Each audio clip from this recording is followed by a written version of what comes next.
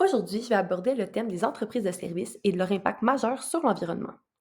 Avec la dégradation de notre planète qui cause des feux de forêt, des tsunamis, des tremblements de terre, la fonte des glaciers et plusieurs autres catastrophes naturelles, des actions concrètes doivent être prises au niveau de ce type d'entreprise pour venir durabiliser ces pratiques et cela passe par le marketing.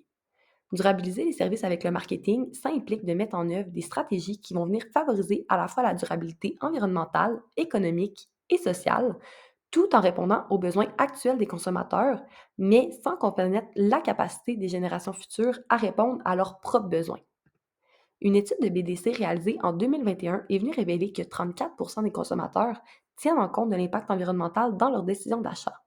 Ce pourcentage, c'était 45 pour les consommateurs âgés de 18 à 34 ans. C'est donc vraiment l'avenir puis le chemin que toute entreprise de service devrait prendre en durabilisant. On se rappelle que les services, ce sont des actes, des processus et des performances fournis, coproduits ou co-créés par une entité ou une personne pour et ou avec une autre entité ou personne. Un très bon exemple de service, ça va être le secteur de la restauration. Derrière chaque repas va vraiment venir se cacher un coût environnemental qui est souvent ignoré.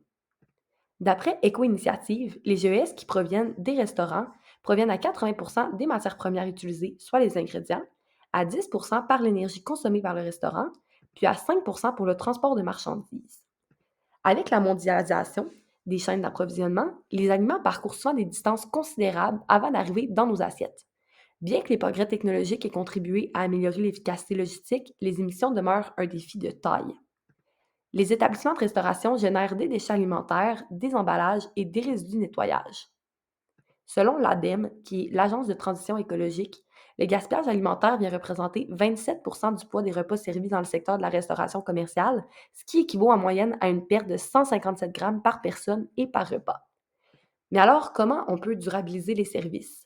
Ça va vraiment être en venant réduire l'utilisation des ressources naturelles, en prévoyant une équipe de travail dédiée qui va vraiment être conscientisée à ce sujet-là, puis en passant d'un modèle linéaire à circulaire. Dans le cas de la restauration, ces stratégies durables-là peuvent se transformer en étant dans le choix des produits locaux et de saison, en utilisant plus de produits végétaux qui produisent moins de GES, en utilisant des équipements économes en énergie, puis en venant réduire la production de déchets, que ce soit en réduisant les emballages ou en mettant des mesures pour diminuer le gaspillage alimentaire.